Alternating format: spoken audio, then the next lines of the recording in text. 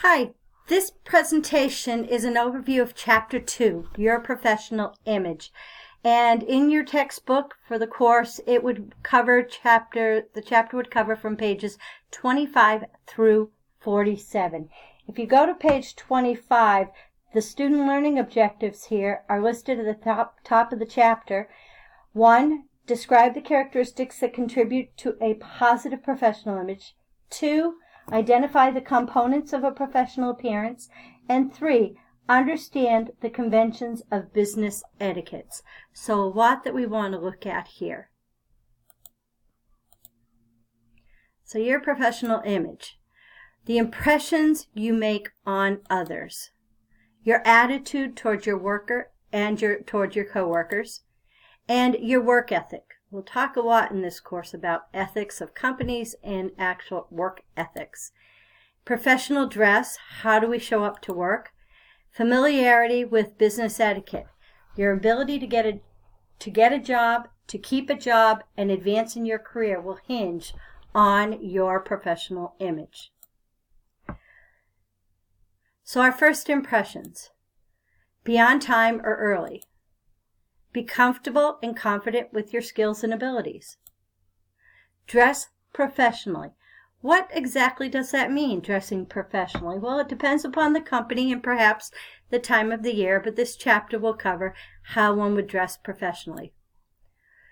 So, first impressions again, and smile. Be conscious of your body language. If you have your hands folded in front of you, what is that portraying? What is that image portraying to your target audience or to your boss? Be positive. How do you deal with your first impression if you're an extremely shy person? Something to consider here. Be courteous. Having a positive attitude. Your attitude comes through in everything that you do. Are you a positive person? Are you a negative person? One of the key pieces with a positive attitude is that you can control it. A positive attitude can help you to get jobs, to be offered important responsibilities, and to gain promotions.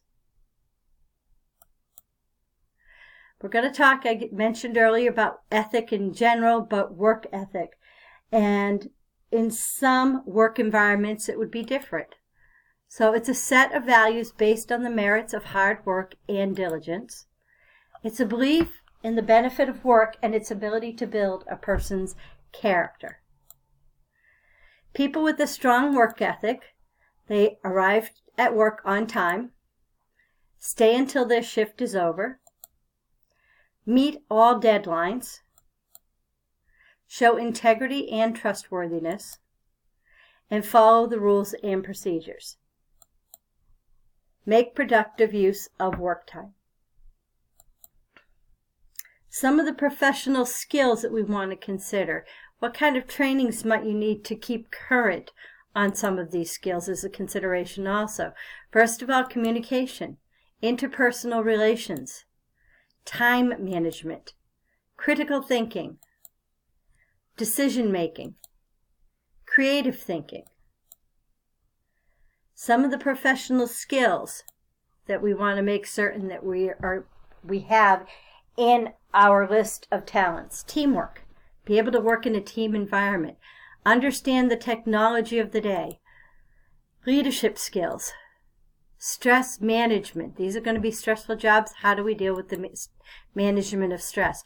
How do we solve problems? Being customer focused. Again, we're in business. Most likely we have customers. How do we keep that customer focus? The customer could be an internal or an external customer. Point is, you want to have the focus on the customer. So some of our work characteristics. Your workspace. Is it clean? Is it tidy? Is it easy to access and it's not too overwhelming with everything's just a mess? Your desk itself. Your daily work. You want to pay attention to detail. You want to strive for accuracy and acknowledge your mistakes. One of the best pieces of advice I ever received was from a prior boss who said, make certain that I hear about the mistake from you before I hear about it from someone else. Professional organizations that you might join offer certification programs and seminars. Provide helpful information, websites, newsletters, and articles. Examples: the International Association of Administrative Professionals, or ARMA International. So we have a couple of possibilities there. Then we have some business networking, an accepted part of everyday business. People network by telephone, at professional conferences, in company settings, through online sources such as LinkedIn or Branch Out, and just about anywhere you're doing business networking. How about your professional look?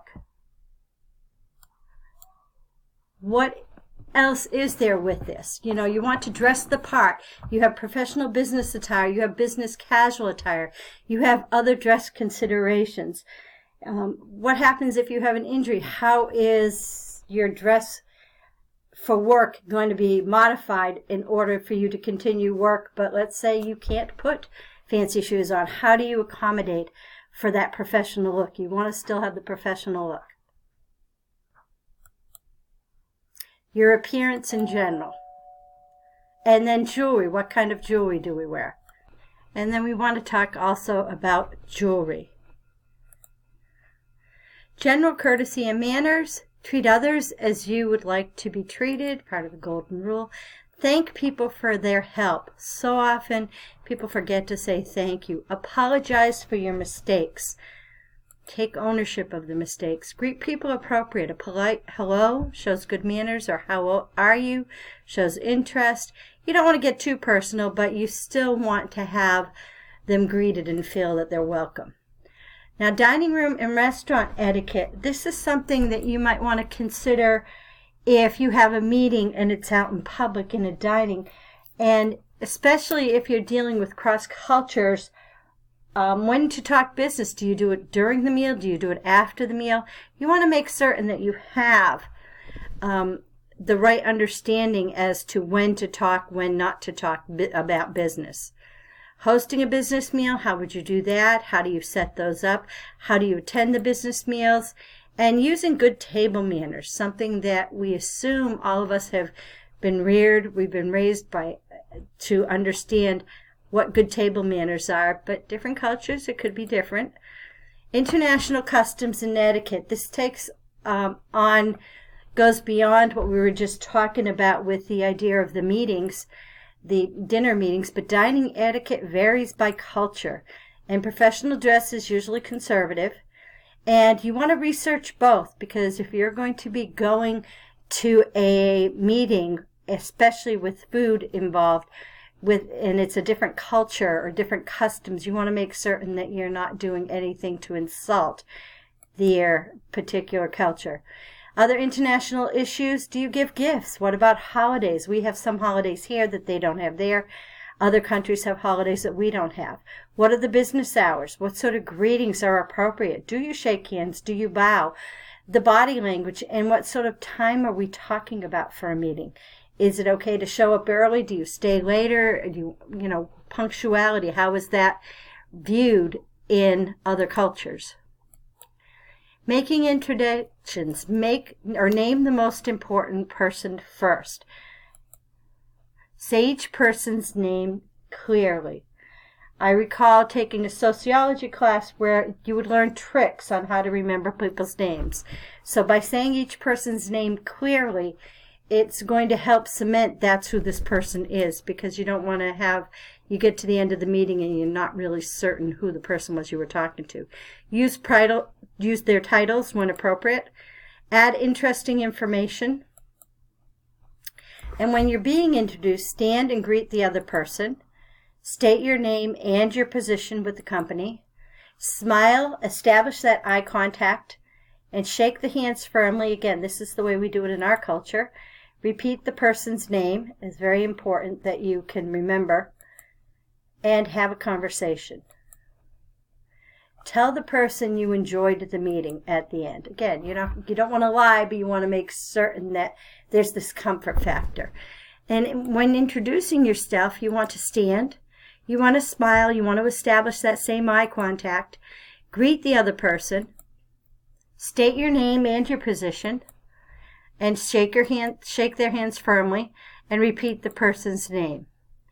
When greeting visitors, consider that administrative professionals, oftentimes they're going to be the first face that is seen when somebody walks into the company or into the department. How do you greet your visitors? Well, greet the person graciously, learn and use the person's name, determine the purpose of any unscheduled visits, and be pleasant to difficult visitors. We'll talk about that in our class. How do you deal with difficult situations in scheduled appointments and unscheduled times? Handle interruptions well. Manage angry or upset visitors appropriately. That can be easier said than done. Telephone skills and etiquette. We want in an office that you want to remember that calls may be overheard. There may be confidentiality issues, just general workplace environment where some people's voices travel or they reverberate against the walls and it's just they're louder. You want to make certain that you know in your office situation when you're taking a phone call what the correct level of volume is and to minimize any distractions. Be mindful of that volume and tone in your voice, the language you use. I refer to it as pretty words, but you want to make certain that you're articulate, you're not using any swearing or cursive words, and what is the content of your phone calls. Avoid or limit your personal calls while you're at work. Thank you.